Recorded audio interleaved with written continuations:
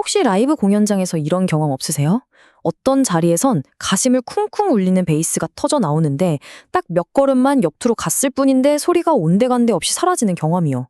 네, 바로 이 보이지 않는 거대한 힘을 음향 엔지니어들이 어떻게 요리하는지 오늘 그 비밀의 문을 한번 열어보겠습니다. 자, 오늘 우리가 함께 떠나볼 여정은 이렇습니다. 먼저 소리의 빛과 그림자를 통해 가장 기본적인 원리를 알아볼 거고요. 이 힘을 다루는 두 가지 도구는 무엇인지 살펴볼 겁니다.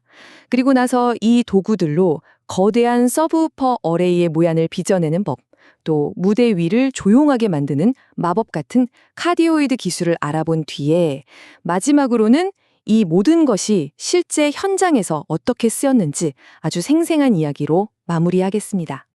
자, 그럼 바로 첫 번째 이야기부터 시작해 볼까요? 소리의 빛과 그림자. 모든 강력한 힘에는 밝은 면과 어두운 면이 있듯이 소리에도 서로를 더 강력하게 만드는 힘과 서로를 지워버리는 힘이 공존합니다.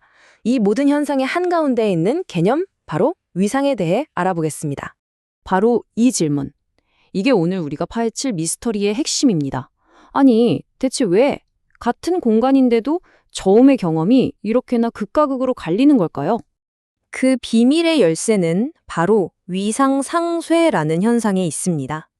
두 개의 소리 파동이 만날 때 파도의 높은 부분이 다른 파도의 높은 부분과 딱 만나면 파도가 더 높아지겠죠? 소리가 커지는 보강 간섭입니다.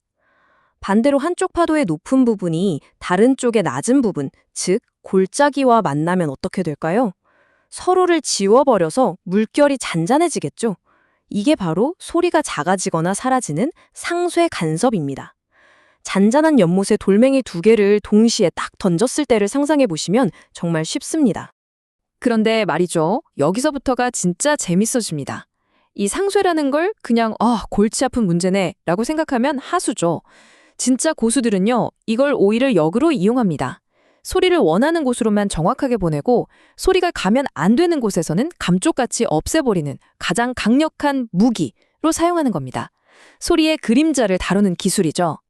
아니, 그럼 이 예측 불가능해 보이는 현상을 어떻게 마음대로 조정한다는 걸까요?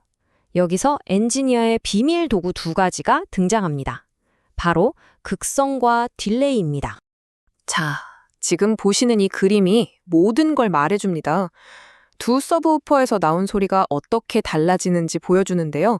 왼쪽은 둘의 극성이 같을 때, 가운데는 하나를 뒤집었을 때, 그리고 오른쪽은 한쪽에 8mC라는 아주 짧은 시간차, 즉 딜레이를 줬을 때입니다. 소리가 퍼져나가는 패턴이 완전히 딴판이 되는 거 눈으로 직접 확인하실 수 있죠? 자, 이 둘의 차이를 아는 게 정말 중요해요. 극성 반전은 뭐랄까 되게 단순하고 강력한 망치 같아요. 그냥 켜고 끄는 스위치처럼 신호 정체를 그냥 휙 뒤집어 버리는 거죠. 모든 주파수에 똑같이 작용합니다. 아주 확실한 방법이죠. 근데 딜레이는 이건 완전 다릅니다. 이건 아주 예리한 수술형 칼에 가까워요. 소리를 시간축에서 아주 살짝 눈에 보이지도 않을 만큼 밀어주는 건데요. 이 미세한 시간 차이가 주파수에 따라 완전히 다른 결과를 만들어냅니다. 다시 아까 그 그림 한번 볼까요? 정말 신기한 일이 벌어집니다. 똑같이 8mC 딜레이를 줬을 뿐인데? 보세요. 가장 낮은 31Hz 소리는 방향이 한쪽으로 휘어지고요. 중간인 63Hz에서는 가운데 소리가 완전히 사라져버립니다. 극성을 뒤집은 것처럼요. 근데 더 높은 125Hz에서는 오히려 아무 짓도 안 한 것처럼 소리가 완벽하게 더해져서 더 커집니다. 와, 진짜 마법 같지 않나요? 이게 바로 딜레이의 정교함입니다. 자, 지금까지는 스피커 딱 두 개로 워밍업을 한 거고요. 이제 진짜 스케일을 키워보겠습니다. 실제 공연장에서는 이게 수십 개가 동원되거든요. 이걸로 뭘 하느냐? 바로 소리로 거대한 빔을 쏘는 겁니다. 우리가 흔히 하는 오해가 하나 있어요. 서브우퍼 소리는 그냥 둥글게 사방으로 다 퍼져나갈 거다라고 생각하는 거죠. 근데 그게 꼭 그렇지만은 않습니다. 그림을 보시면 아주 낮은 소리는 거의 동그랗게 퍼지지만 주파수가 조금씩 올라갈수록 소리가 점점 앞으로 쏠리는 걸 볼 수 있습니다. 스피커 하나만 있어도 이미 약간의 방향성이 있다는 거죠. 그럼 이걸 한 줄로 쫙 세워놓으면 어떻게 될까요? 그림을 보시면 그냥 바로 이해가 되실 겁니다. 왼쪽이 4개, 오른쪽이 16개. 와, 차이 보이세요? 개수가 많아지니까 소리가 완전 레이저빔처럼 좁고 강력하게 앞으로 쭉 뻗어나가죠. 이게 바로 첫 번째 원칙입니다. 뭉치면 강해지고 뾰족해진다. 그러면 그냥 무조건 많이 쌓으면 정땡인가 싶으시죠? 근데 또 그게 그렇게 간단하지가 않아요. 음향의 세계는 정말 오묘합니다. 여기 보세요. 신기하죠? 스피커 개수는 줄었는데 간격을 넓혔더니 소리가 퍼지는 모양은 거의 똑같아요. 이 말은 뭐다? 바로 개수만큼이나 이 스피커들이 차지하는 전체 길이, 그리고 그 사이의 간격이 소리의 모양을 빚어내는 아주 중요한 변수라는 거죠. 자, 지금까지 우리는 소리를 앞으로, 그러니까 관객 쪽으로 어떻게 하면 잘 보낼까에 집중했잖아요. 근데 이것만큼이나, 아니, 어쩌면 더 중요한 게 있어요. 바로 소리가 가면 안 되는 곳을 조용하게 만드는 기술입니다. 특히 무대 위 아티스트들을 위해서요. 그 마법 같은 기술, 카디오이드의 세계로 들어가 보시죠. 이 카디오이드 배열, 그 중에서도 엔드파이어 방식은 원리가 정말 기가 막힙니다. 따라와 보세요. 먼저 스피커를 기차처럼 일렬로 쭉 세웁니다. 그 다음에 맨 뒤에 있는 놈을 기준으로 앞에 있는 애들한테 시간을 살짝씩 늦춰주는 거예요. 순서대로요. 그럼 어떻게 될까요? 앞쪽, 그러니까 관객석 쪽으로는 이 시간차가 딱딱 맞아 떨어지면서 모든 소리가 짠 하고 동시에 도착해요. 소리가 엄청나게 커지겠죠? 근데 반대로 뒤쪽, 무대 쪽으로는요. 시간들이 다 제멋대로 엉망진창이 되면서 서로를 막 지워버리는 겁니다. 지금 보시는 이 그림이 바로 그 증거입니다.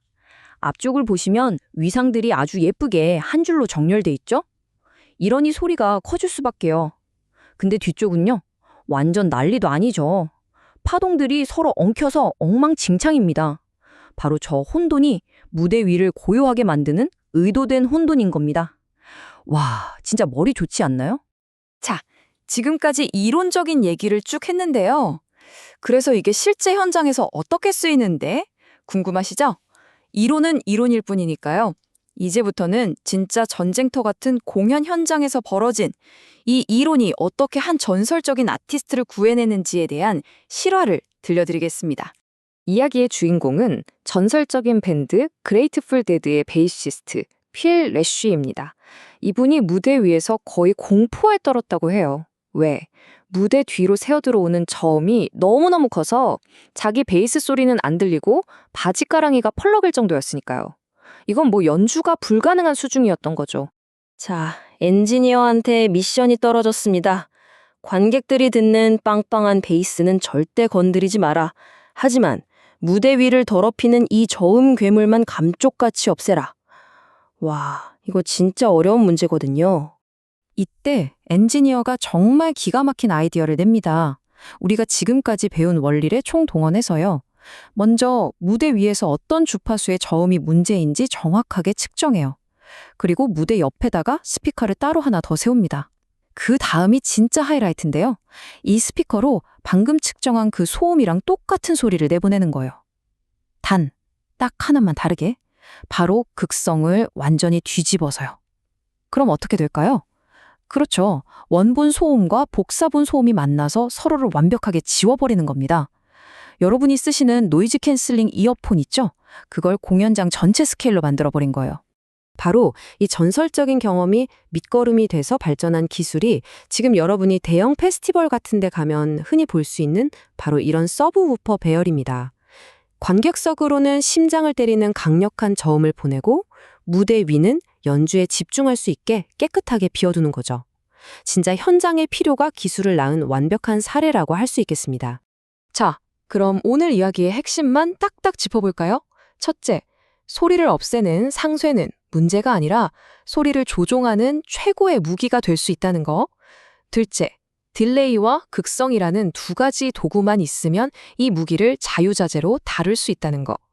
셋째, 스피커를 어떻게 세우고 얼마나 띄우고 어떤 시간차를 주느냐에 따라 소리의 모양이 조각된다는 거.